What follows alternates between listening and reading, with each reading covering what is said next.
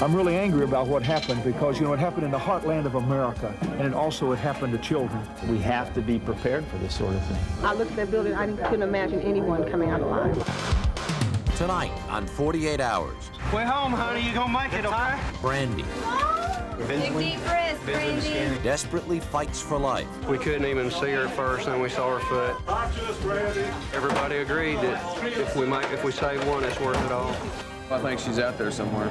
One man She is right there. prays he can believe his eyes. That's what's holding us together right now. People will keep praying, maybe we'll find her. Ask the Lord to let us have a miracle.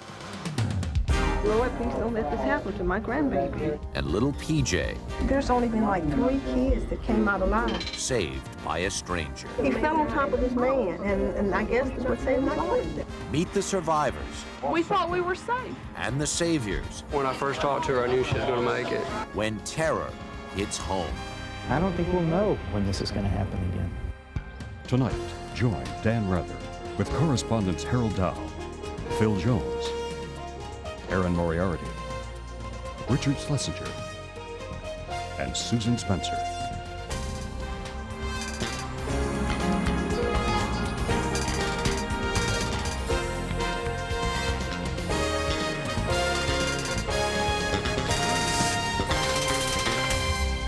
"48 Hours, no place to hide." Good evening. Live tonight from Oklahoma City, I'm Harry Smith, in for Dan Rather. The president today called it an attack on the United States, but here tonight it is much more personal than that. The car bombing of this building has been an attack on families and friends. And with every hour, the search for survivors takes on a new urgency. So far, at least 40, perhaps as many as 52 are known dead, including 12 children. More than 400 injured. Tonight, the search for the living and the dead has resumed. Earlier, it was suspended because of the fears the building might collapse. As the toll climbed today, there were these developments. Federal authorities issued arrest warrants for these 2 men, each known now only as John Doe. They are suspected of renting the truck that blew apart the building yesterday morning. And late tonight, a possible witness to the attack arrived back in the United States from London, where authorities had detained him. But while this drama is now being played out on the world stage, at the heart of it are many individual stories. Stories of children battling for life and of families clinging to hope. Erin Moriarty brings us the story of one family and a hope that would not die.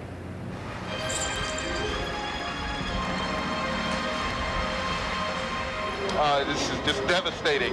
About a third of the building has been blown away.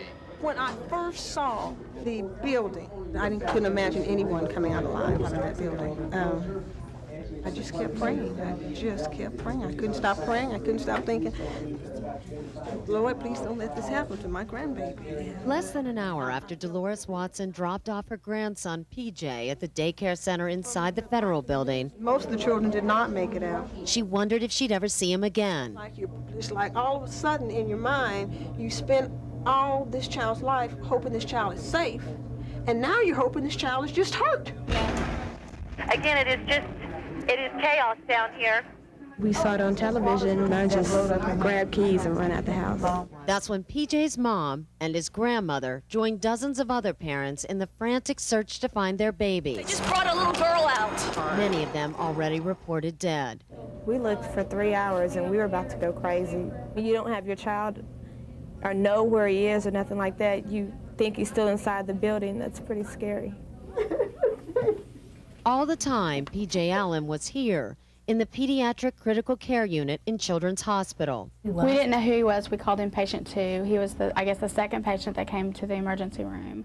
Daphne Ridley was the nurse in charge. He was burnt, and he had a fracture. He's a lucky little boy. PJ is alive because of a man who was in a government office the floor below the daycare center. When PJ fell through the floor, he landed on top of a man by the name of Johnson. In fact, the child was initially misidentified as PJ Johnson because the rescuers assumed they were related. But if it wasn't been for him, my little son wouldn't be here right now. In terms of his current condition, he has rather severe burns. Dr. Morris Gessaroon runs a critical care unit. He certainly remains in critical condition, partly because of the extent of his burns. Now what now, Dolores? What do you do now? I wait. I wait. They told me that he will know something in 48 hours. I'll be here in 48 hours. But just 24 hours later, there's another crisis. Yes, this is Donnell in PICU. Are y'all evacuating over there? The children who were nearly killed by a bomb yesterday are now threatened by another. Mom, okay. Mom's coming, okay? The police have verified that we have a threat on the 4th floor of this building, so if that's the case, then we're going to have to try to evacuate these children. He needs to be hyperventilated during transport. We've got a kid down here who's on CABH, so he's got this external circuit. We're going to disconnect all that if we have to move, and we'll just reconnect it when we can get back in. So this is a crucial decision. Somebody's going to have to decide if this threat is serious enough to remove every one of these kids. Exactly. What are you feeling right now? It's mostly frustration because I've got a strong feeling that this is just a nut trying to get some jollies out of scaring people. Dolores is asked to leave. He said, clear the building. I left this child yesterday, and he was virtually almost killed by a bomb. I'm gonna leave him again today? Oh no, we both going down with the bomb today. I'd much rather die in the same room than to be outside there on the street and this building blow up and my baby sitting here. Oh no, no. When only the most critically ill remain, they bring in dogs to search every child's room.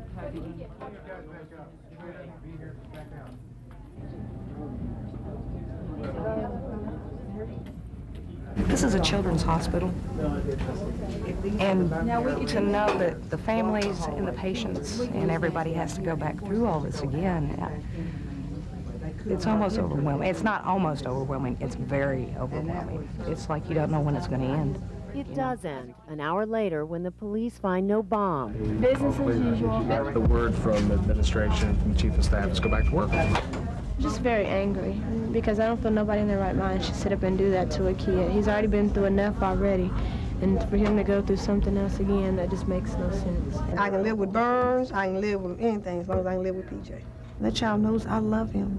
That child knows that my life revolves around him. He's going to be there for me, and I'm going to be there for him for a long time. As Harry said earlier, there are now 12 confirmed deaths of children. 6 of the injured are with PJ at Children's Hospital. But he is certainly one of the lucky ones because while he is still in critical condition tonight, he's had no major setbacks. Aaron, you were in the hospital with these folks during the bomb scare. What was that like for you? Well, Harry, I've got to be honest. I mean, we've seen a lot of heroes over the last couple of days, but these are people who saw what a real bomb can do. They were treating kids who were nearly killed by a bomb, and they stayed there. And I knew they were scared. They were completely calm. I've never been more impressed with people. And I also feel the way so many of those people did. How could someone do that to these families and to these medical professionals at Children's Hospital after all they've been through? Aaron, thanks so much. You don't have to look far from here in Oklahoma City to find someone, a friend, a loved one, a neighbor, praying for a miracle. Last night, one of those prayers was answered.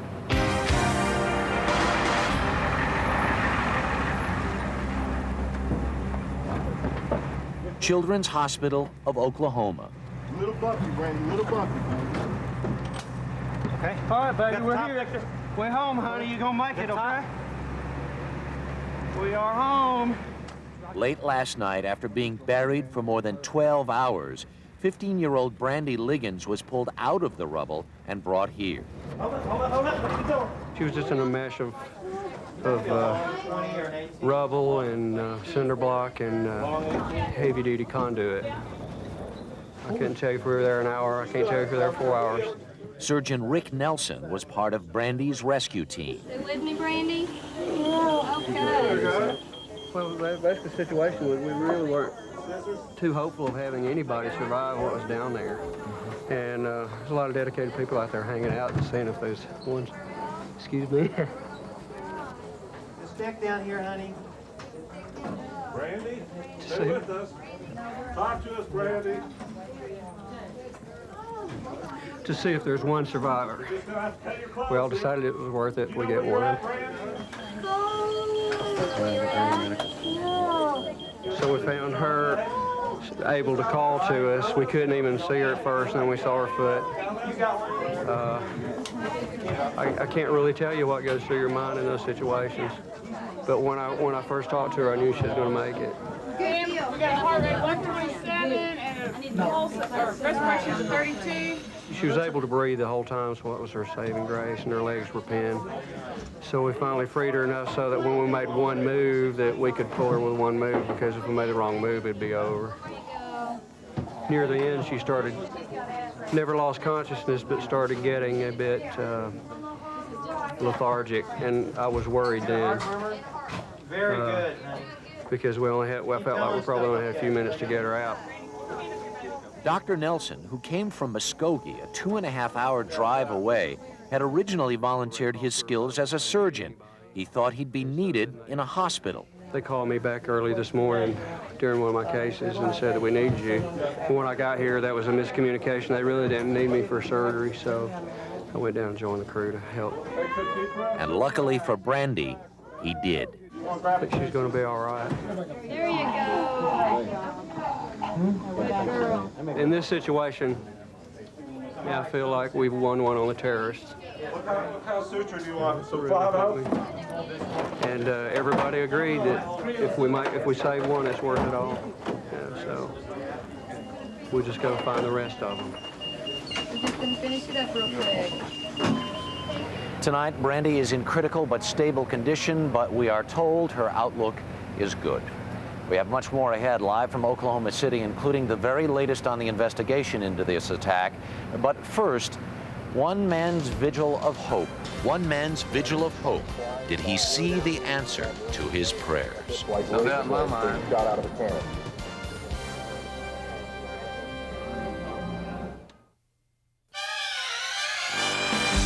It is a rip-roaring 2-liter, 140-horsepower engine. It's as fast through the slalom as a Ferrari. It has room for 4 and a big honking trunk. Introducing the new Nissan 200 SX, a sports car of heroic proportions.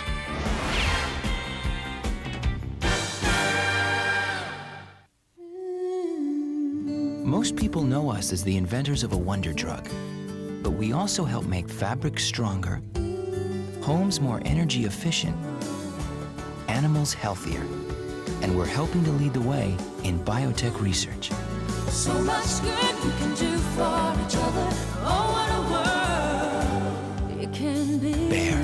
In healthcare, chemicals, and imaging technologies, we cure more headaches than you think. Lots of stuff to put away? Duplicating yourself could help. So could Whirlpool. Introducing the most flexible refrigerator in America. With shelves that slide and bins that move, we adjust to you. And if that isn't creative enough, Whirlpool also invented this. The first sliding freezer floor. Perfect. Now everything's in place and together. Because you and Whirlpool know how to make a home run.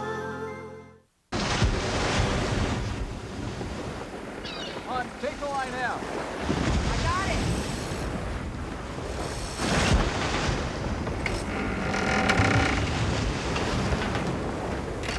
You want to take the helm?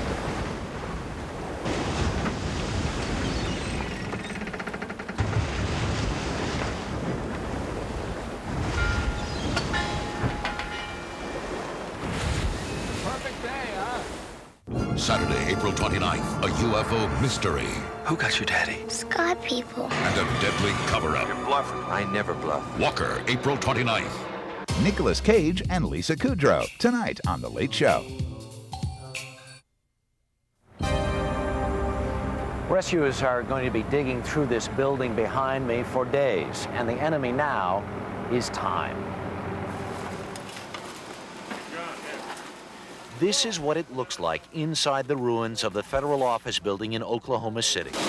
This tape, shot by a FEMA-trained rescue team from the Phoenix, Arizona Fire Department, shows the surreal, ghostly spaces where rescue workers search for signs of life.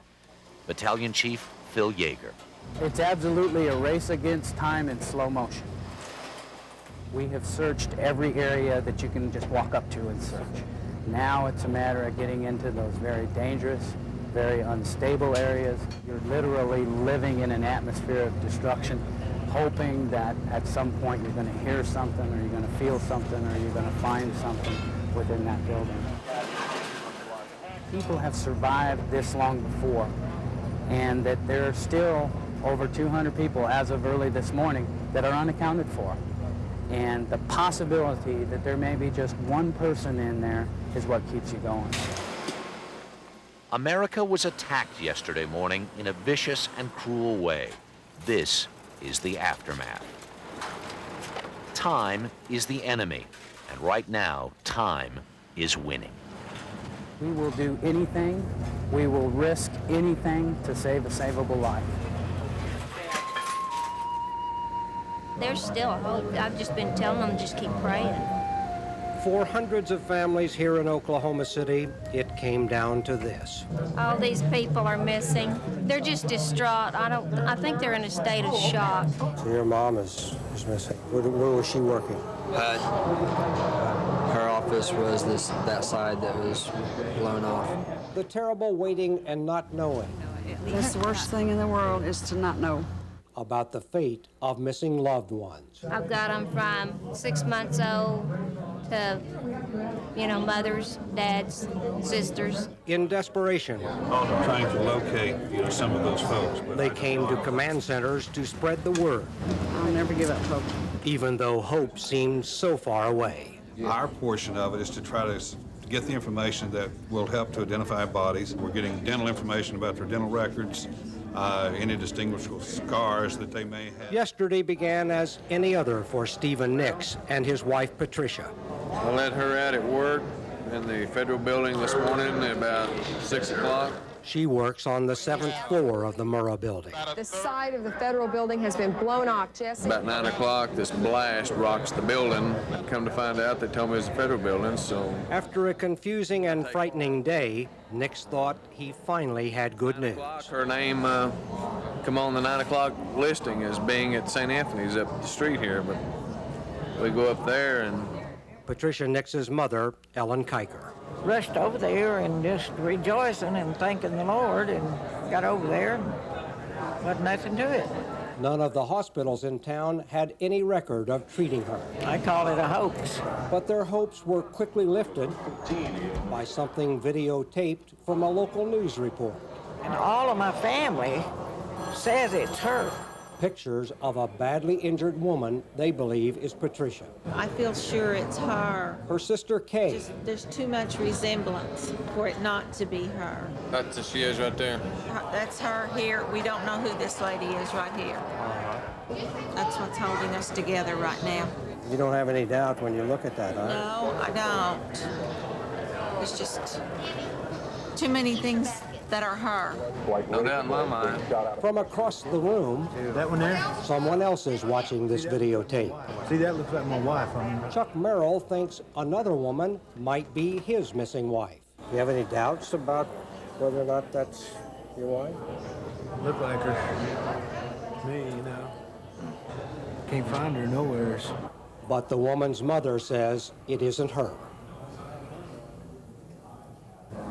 Are you optimistic at this point? What do you think? I get pumped up and then I get down. I get pumped up and down, and just like a roller coaster all day. After seeing the video, I think she's out there somewhere. So maybe tomorrow she'll wake up and know who she is and make a phone call. By 2 a.m., the Nix family is exhausted.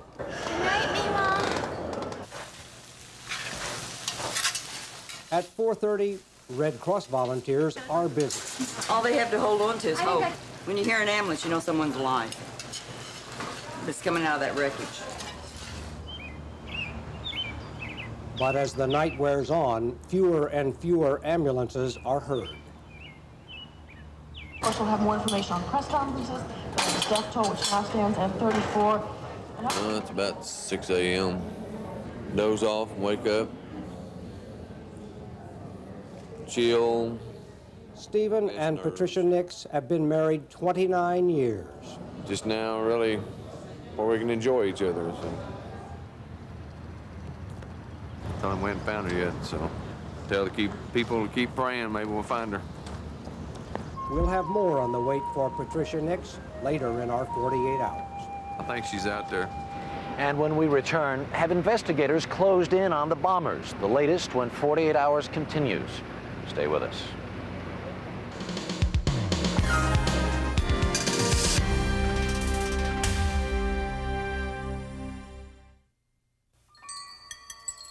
That rat-a-tat-tat celebrating a new day. The way that peach from the farmer's market is mysteriously drawn to it. That crunch waking up your mouth, then your body, then your mind. The natural, nutty, uncompromised taste. That rare feeling of doing something good for yourself and enjoying every last bit. That experience is pure grape nuts. Look what's popping up for spring. It's Sears Days. You'll find many of our lowest prices of the season, but it only lasts 11 days. Come to Sears Days. When you want a hot meal without a big deal, what are you gonna pick? Hot Pockets! Hot Pockets, filled with pepperoni pizza or ham and cheese and a crispy crust. What are you gonna pick? Hot Pockets! Try Lean Pockets, too. Some people just aren't into yard work, and it shows. Get new Yard Basics. It's the easy way out of yard work.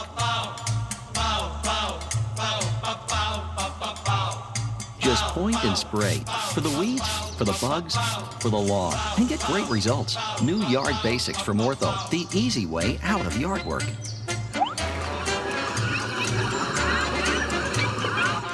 What do you like best about Sprint Cents? 10 cents a minute. 10 cents a minute. I know what I'm getting when I'm calling on the phone. The rates are a flat rate. They're a dime a minute. It's no wonder over the last few months so many people have signed up for Sprint Cents. 10 cents a minute every evening and all weekend long. It's as simple as that.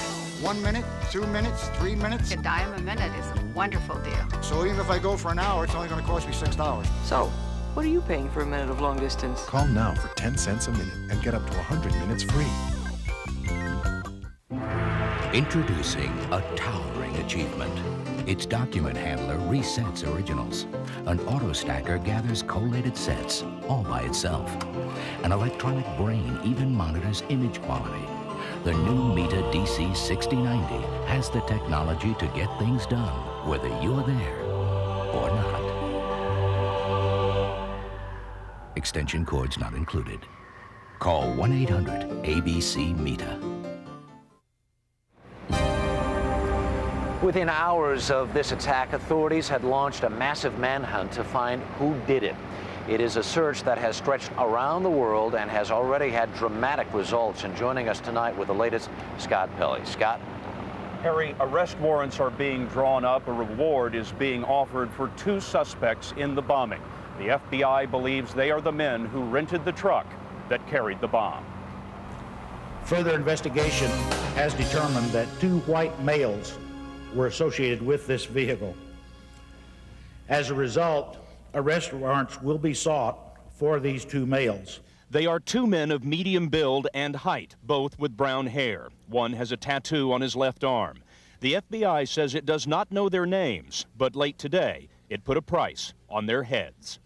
Today, the government is offering a reward of up to $2 million for information leading to the arrest and conviction of those responsible. Nobody can hide any place in this country, nobody can hide any place in this world from the terrible consequences of what have been done. Make no mistake about it, this was an attack on the United States, our way of life, and everything we believe in. A break came when federal agents found enough of the bomb vehicle to trace it to a Kansas rental office. Authorities are now chasing thousands of leads. Today, a man was stopped at London's Heathrow Airport and sent back to the U.S. for questioning. In Dallas, federal agents seized items from an apartment. The FBI is asking anyone with information to call 1-800-905-1514. Sources confirmed to CBS News the bomb was a powerful but unsophisticated mix of ammonium nitrate and fuel weighing at least 1,000 pounds. It was a blast felt for miles. Bob Warren may have made the only recording of the explosion, taped as he dictated a letter. For state and co-personal representative.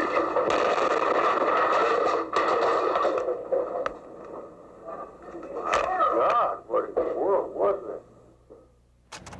That blast was so powerful that an axle from the bomb truck, which has yielded valuable clues, was found about a block away. Harry? Scott, let's talk a little bit about this building behind us right now. They had suspended operations in there for a while, afraid it was going to collapse. We've seen acetylene torches and flashlights. Earlier today, they had gone through 45% of the building. They knew where the dead bodies were, but they knew in 45% of it there were no more survivors. How far have they gotten since then? Well, here's the latest, Harry. At least 70% of the building has been searched now.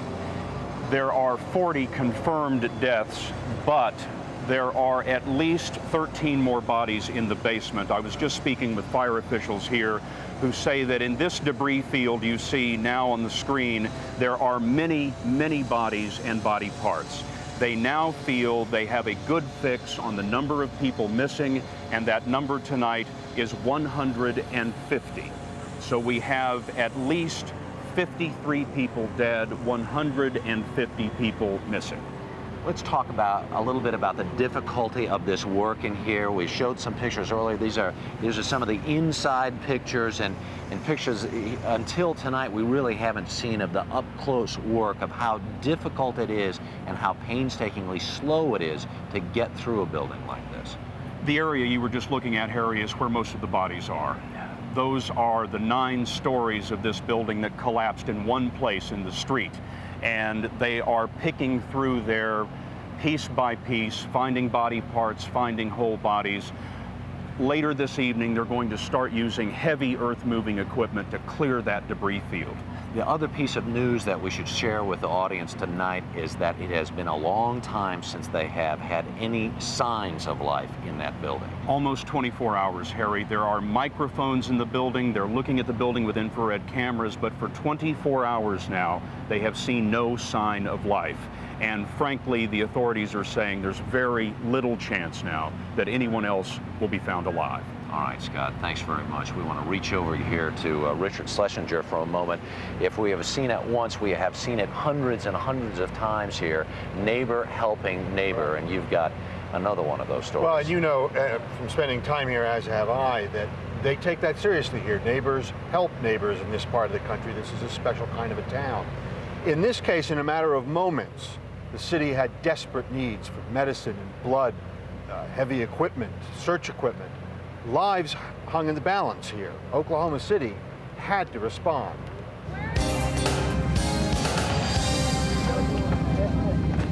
What have you folks got here? Got 60 loaves of bread. Oklahoma City has been scrambling since before the dust settled. Coats? What about Coats is here. People have been giving everything they can, and they've been giving it quickly. That's the oxygen. That's the oxygen?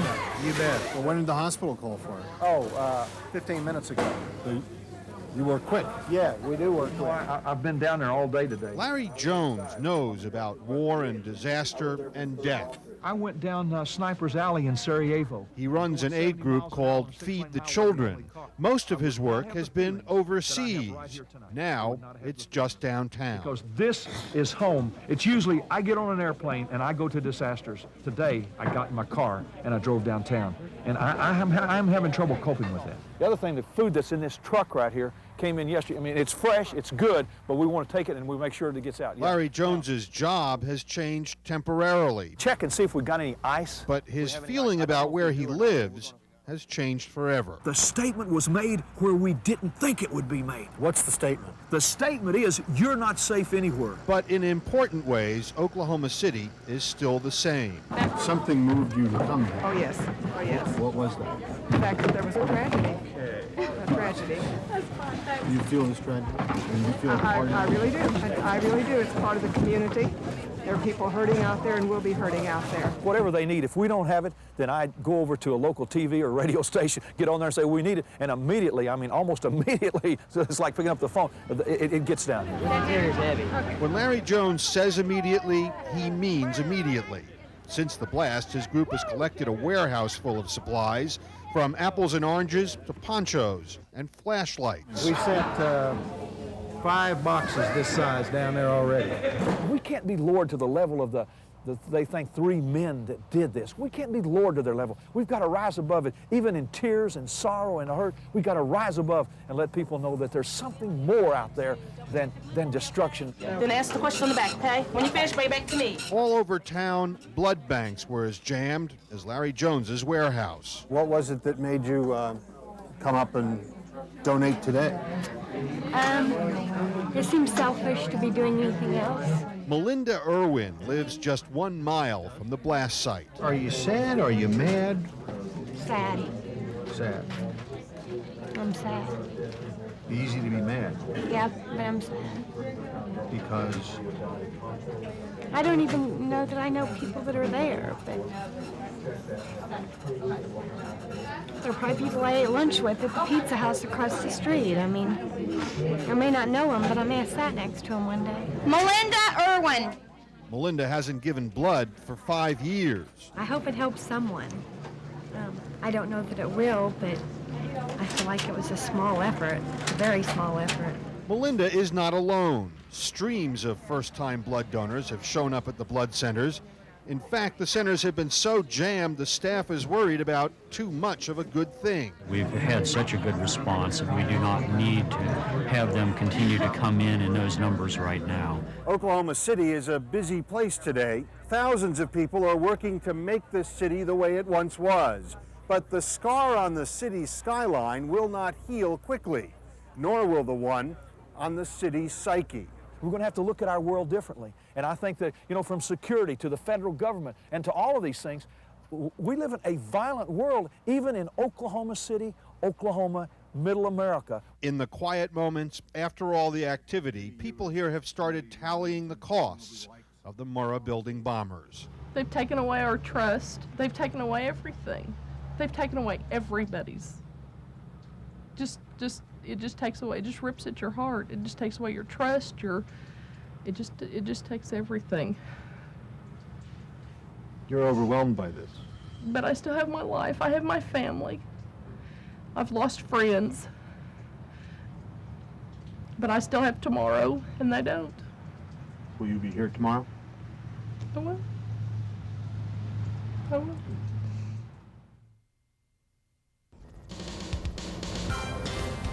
Still ahead on 48 Hours, to the roots of terror, answering the question, who could have done this?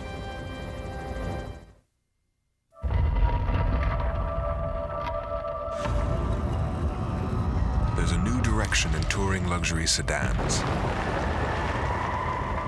One that raises levels of luxury and refinement to new heights. Introducing the new Acura TL series. If you're ready for a change, this is the turning point. My new denture adhesive is polygrip free. It is free of artificial flavors and it's free of artificial colors. Polygrip free holds my dentures tight. I can enjoy more of my favorite foods. New Polygrip free. With Miracle Grow, I get more tomatoes, delicious tomatoes, and bigger tomatoes. They are the sweetest, juiciest tomatoes that you will ever taste. You'll never know what a great gardener you can be until you use Miracle Grow.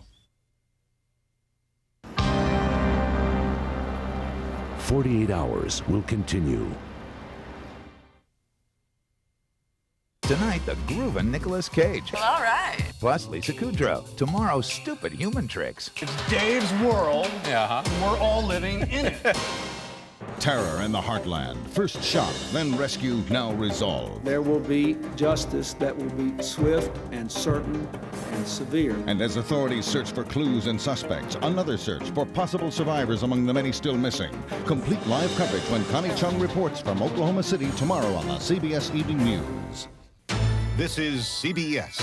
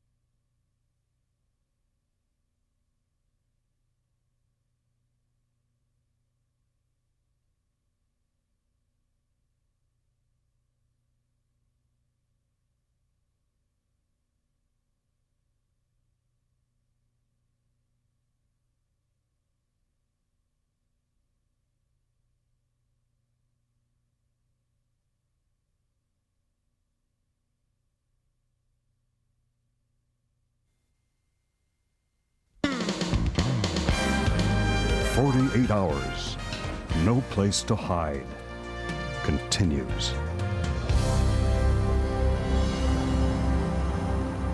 24 hours after the explosion, Stephen Nix is told to go to another command center for information about his missing wife, Patricia.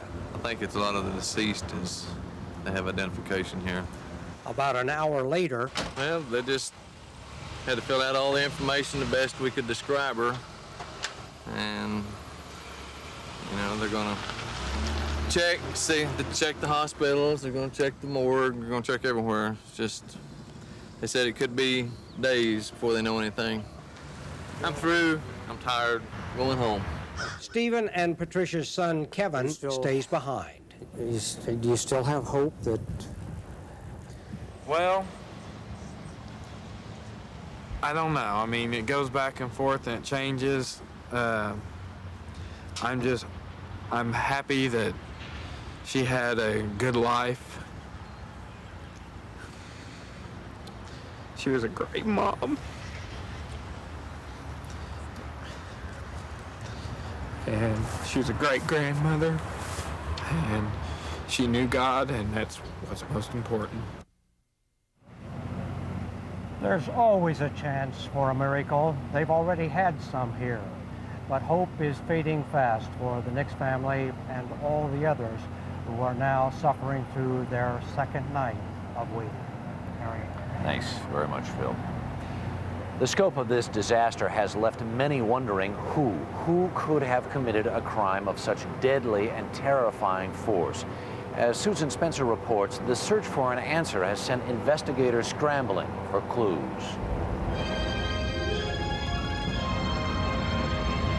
An operation like this is sophisticated. It wasn't conceived overnight. I think there was tremendous reconnaissance that was involved. The terrorists calculated where to place the bomb to achieve the maximum effect. For terrorism experts like Bruce Hoffman, just as for ordinary Americans, the question tonight is which terrorist? Who could do this? One would have to put high on the list of suspects Islamic militants. Because, he says, there is a pattern. The modus operandi of a pickup truck or a van packed with explosives parked in front of a building, calculated to take down the building, has already been used, most recently in Buenos Aires the past summer. It's been used certainly several times in Lebanon and United States embassies throughout the Middle East. And of course, it was also used in the World Trade Center bombing in New York in 1993. Until now, I think it's been the working assumption increasingly of law enforcement and my opinion as well, that this was the work of Islamic militants in the United States. But the FBI released late this afternoon of composite pictures of two white men wanted in connection with the bombing has terrorism experts wondering. Are they known to hire out work like this? No, that's not usually the case. Steve Emerson produced a documentary about fundamentalism in the U.S. Usually Islamic militants carry out the attack themselves. It's an act of privilege to carry out and kill as many of the infidels. If this is not the work of Islamic fundamentalists, it means that the technology is now spread to another layer in American society. And it probably means that other people are going to be engaged in this type of bombing in the near future all across radical movements in the United States. The Branch Davidians, whose religious compound burned to the ground 2 years ago yesterday, were thought not to have this technology. In fact, they may. The process of making this kind of bomb is complicated, but the ingredients are not. The early indications are from Oklahoma City that this is an ammonium nitrate bomb that is basically a mixture of fertilizer and fuel oil, pretty easy to come by in a state like Oklahoma. Former Deputy FBI Director James Fox, who led the World Trade Center investigation, says the Oklahoma terrorists used about the same quantity of explosives. The difference here is the bomb was placed on the outside of the federal building, so that crater should be accessible fairly early, making the investigation easier than it was at the World Trade Center. And when they go through the rubble, they are virtually touching every piece of brick and stone and dirt in that crater and putting it through a sifter, and they're looking for something as small as a computer chip the size of your fingernail, and that's what broke the case in Pan Am 103, or they may be looking for something as big as part of the frame of the truck that delivered the bomb, and hopefully that part of the frame will have a vehicle identification number on it, and of course that's what broke the case in the World Trade Center bombing. Whoever is responsible, the goal clearly was twofold: to kill as many innocent people as possible and with maximum shock value. Why Oklahoma City? They may have calculated that an attack in an unsuspecting site like Oklahoma City would generate that much more revulsion and that much more horror and terror.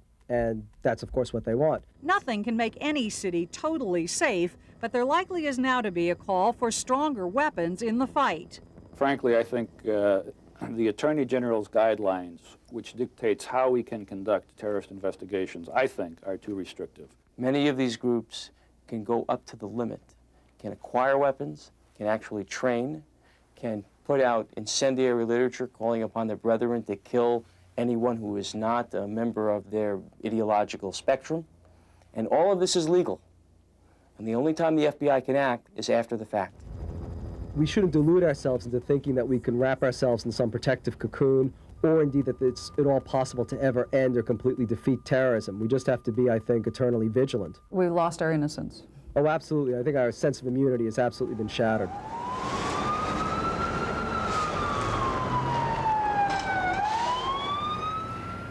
And joining us now with the latest on this is from Washington, national security correspondent David Martin. David? Harry, a senior law enforcement official says the FBI is searching for a man who was seen outside the federal building in Oklahoma City shortly before the blast wearing a gym suit. A man fitting that description, although not necessarily wearing the same clothes, has been picked up in London and was brought back to Washington tonight aboard a British airliner for questioning as a potential witness. The name on his luggage tag is Ahmed Ibrahim. He is said to be an American citizen of Jordanian descent who, in the hours just after the bombing, boarded a plane in Oklahoma City bound for Amman, Jordan, by way of Chicago and Rome. The fact that he was bound for Jordan is suggestive because a number of radical Palestinian organizations, including Hamas, have offices there, but he never made it to Jordan. He was stopped and questioned in Chicago and allowed to proceed on his way, but by then he had missed his flight to Rome and had to take a plane to London instead. His bags, however, had gone on ahead to Rome, and when they arrived there, they were searched and found to contain, among other things, some wire and a small hammer, which presumably could be of use in making a bomb.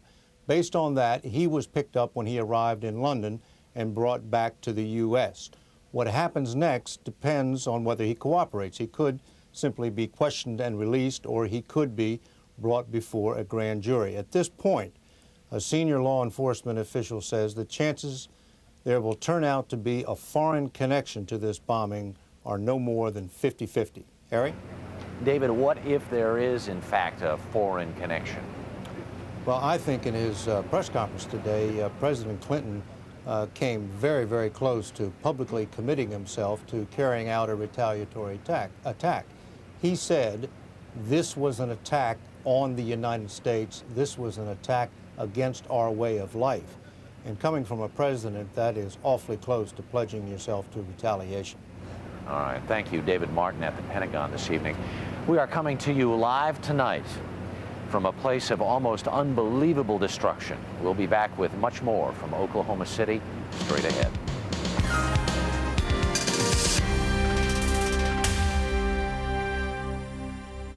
For years, AT&T's television commercials convinced my mom, my sister, and me not to join MCI savings programs. Then we heard about MCI's new friends and family, and we decided to try it. So we joined together. Now, when we spend just $10 a month, we save 50% on all the calls we make to each other. That's half of what we used to pay on AT&T's basic rate for the same calls. And now we realize that all the time AT&T was telling us not to join MCI, they were charging us America's highest long-distance rate. Go ahead, touch your skin. Because now there's a new Lever 2000 with even more moisturizer, so it won't dry your skin like the leading deodorant soap. New Lever 2000. It's best for your skin and all your 2,000 touchable parts. Have you heard? This summer, little boys will become fish. Fences will turn into tightropes. And country time will turn pink. Wonders never cease. It seems some Japanese auto companies have lost their understanding of providing value in the U.S. car market. For example, this Oldsmobile Cutlass Supreme costs $5,000 less than a comparably equipped Camry LE. Yet Toyota wants you to say, "I love what you do for me." Perhaps there's something they can learn from us. Like, it's your money.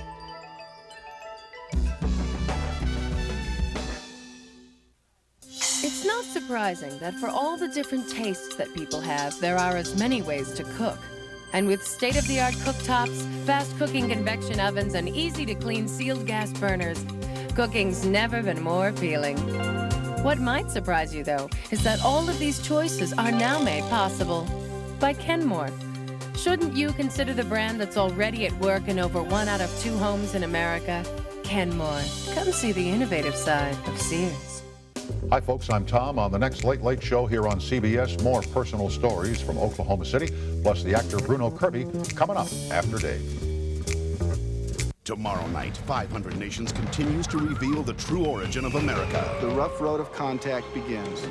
Join Kevin Costner as he journeys along with history's most famous explorers, as computer animation brings their past and the truth to life. 500 Nations, tomorrow. This is CBS.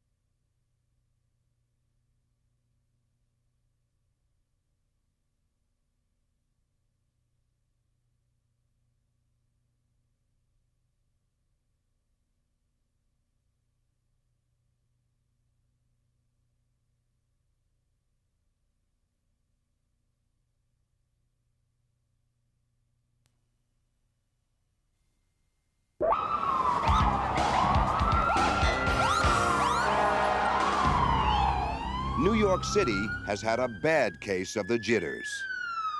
A federal building is suddenly evacuated.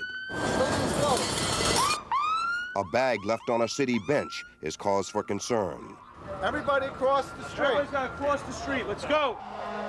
They were all false alarms. The bomb squad came, searched it, found that it's just routine personal effects. But it's no wonder the people of New York are paying attention, because terrorists also struck here, the World Trade Center, February 26, 1993. That explosion killed 6 people, including a pregnant woman, and injured more than 1,000. For some World Trade Center survivors, the blast in Oklahoma City brought out a variety of frightening memories. It's been a long time since I felt like the knots in the stomach and anxiety and so forth, but it came back today somewhat. This is ground zero. The van was stopped right here on this inner roadway. I still don't go in no elevators. The biggest memory I have is not the fear, but actually being moved by how many people were willing to help people around them, which is something that I don't normally associate with New York. They carried me down, and say about 4 guys would carry the chair down with me in it. Lawyer Kathleen Collins works for New York's Port Authority, which owns the World Trade Center. I was born this way, and I've always dealt with, whatever situation that arises. Felt lucky. But I was glad to be alive. One half the building is sheared away. I was nothing like this. Like a lot of people in Oklahoma City, today she is still asking herself questions. Still to this day, I really don't know why they did it. I feel bad about the people out there, the parents out there. I just hope that their anger and their pain doesn't turn to hatred. How's everything? These 2 women have a common bond. They were trapped with their children in the World Trade Center disaster. It's not a bond of anger, it's what they shared that day. We're really close after the World Trade Center. It's scary. You realize how vulnerable you are. It happened in New York. It happened in Oklahoma City. What does it say? That no place is invulnerable to this. That what people might think is the unthinkable is not the unthinkable, but the possible. When the bomb exploded in Oklahoma City, Charles Makish was on his way to testify in the World Trade Center bombing trial. He runs this facility. I remember very well what happened that day. I was sitting at my desk. It was about 12:15. The building heaved, and there was a very loud noise that just preceded that. And I yelled out to my secretary, "Something's happened." Today, you just can't walk into the World Trade Center and jump on an elevator. Security is rigid. We do have some closed-circuit TV, and there is no daily transient parking below the Trade Center any longer. We do randomly pop trunks out on the street, in which you're saying to the world, don't try and gain access here. You're not going to get it. And if you try and come here with ill intent in mind, we're gonna find out and we're gonna capture you. The explosion at the Trade Center blew a hole 5 stories deep and left a crater half the size of a football field. Well, as you know, our world changed 2 years ago. This was the area or the route that the van took when it came into the Trade Center. This Came right through here? Came right through here. This was a public roadway. But the integrity of the building itself withstood the blast. Yes, it did. It was constructed to take a direct hit by an aircraft. It took the full brunt of the blast without any noticeable impact at all. You can see some evidence of some minor construction still going on. The destruction was absolutely massive, and part of our philosophy was to erase all the scars so that there was no visible sign that anything happened here, to remind people on a daily basis that there was a tragic event here 2 years ago. For Makish and other survivors of the World Trade Center bombing, lives have been changed forever. We're a little more cautious, like I would say when we go someplace. It made me more aware to smell the flowers and to appreciate other people even more so, and to realize I can do anything if I just put my mind to it. In a moment, a last look at the painful toll of this tragedy when we return. Tonight, the groovin' Nicolas Cage. Well, all right. Plus Lisa Kudrow. Tomorrow's stupid human tricks. It's Dave's world. Yeah. We're all living in it. It is a rip-roaring 2-liter, 140-horsepower engine. It's as fast through the slalom as a Ferrari. It has room for 4 and a big honkin' trunk. Introducing the new Nissan 200 SX, the sports car of heroic proportions.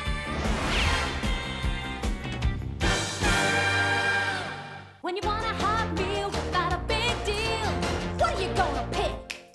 Hot Pockets! Hot Pockets, filled with pepperoni pizza or ham and cheese and a crispy crust. What are you gonna pick? Hot Pockets! Try Lean Pockets, too. Got something different for your sensitive teeth. Well, you can take it back. My dentist wants me to use Sensodyne. This is Sensodyne. Sensodyne with baking soda. No pain. My mouth feels fresh and clean. Sensodyne with baking soda. All you feel is fresh and clean. All of us carry from this tragedy an image, a moment, a memory. In homes and in offices, we have gathered around televisions as this drama has unfolded before our disbelieving eyes. And what we have seen, we cannot forget.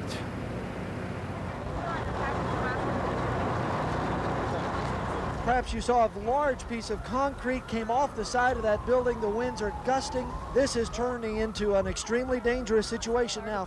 Now we have 27 dead, 17 of those children, 300 still unaccounted for, and obviously the this is a place of unspeakable horror, that building. Seeing those children just ripped me apart.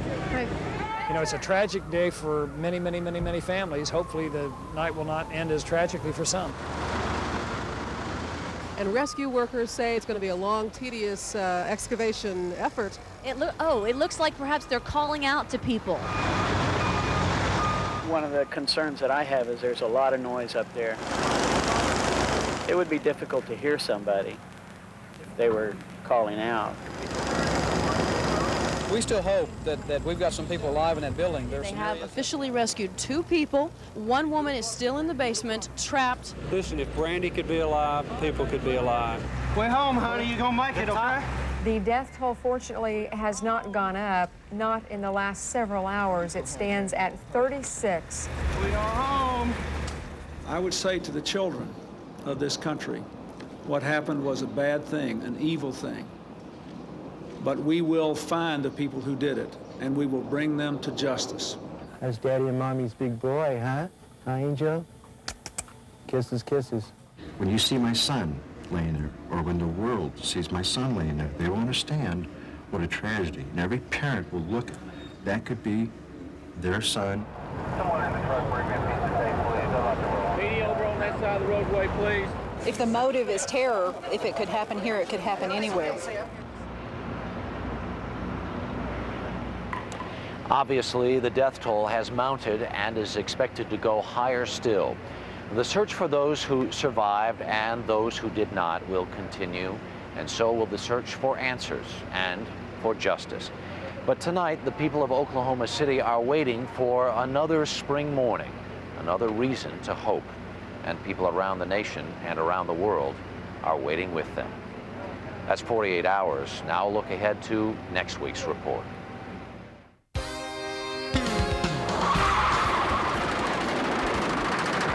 Car trouble? That's what she does. Driving you crazy? You just bought the death van from hell. It was absolutely horrible. What do you do if your car breaks down? You're ripping me off.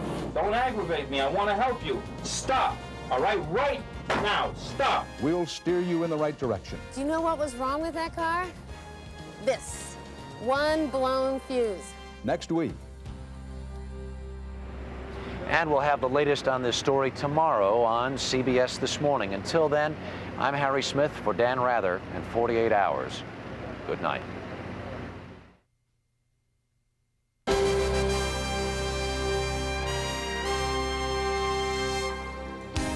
For a transcript of this program, send $6 to 48 Hours Transcripts, Box 7, Livingston, New Jersey, 07039. And to order a VHS cassette of tonight's broadcast, call 1-800-338-4847.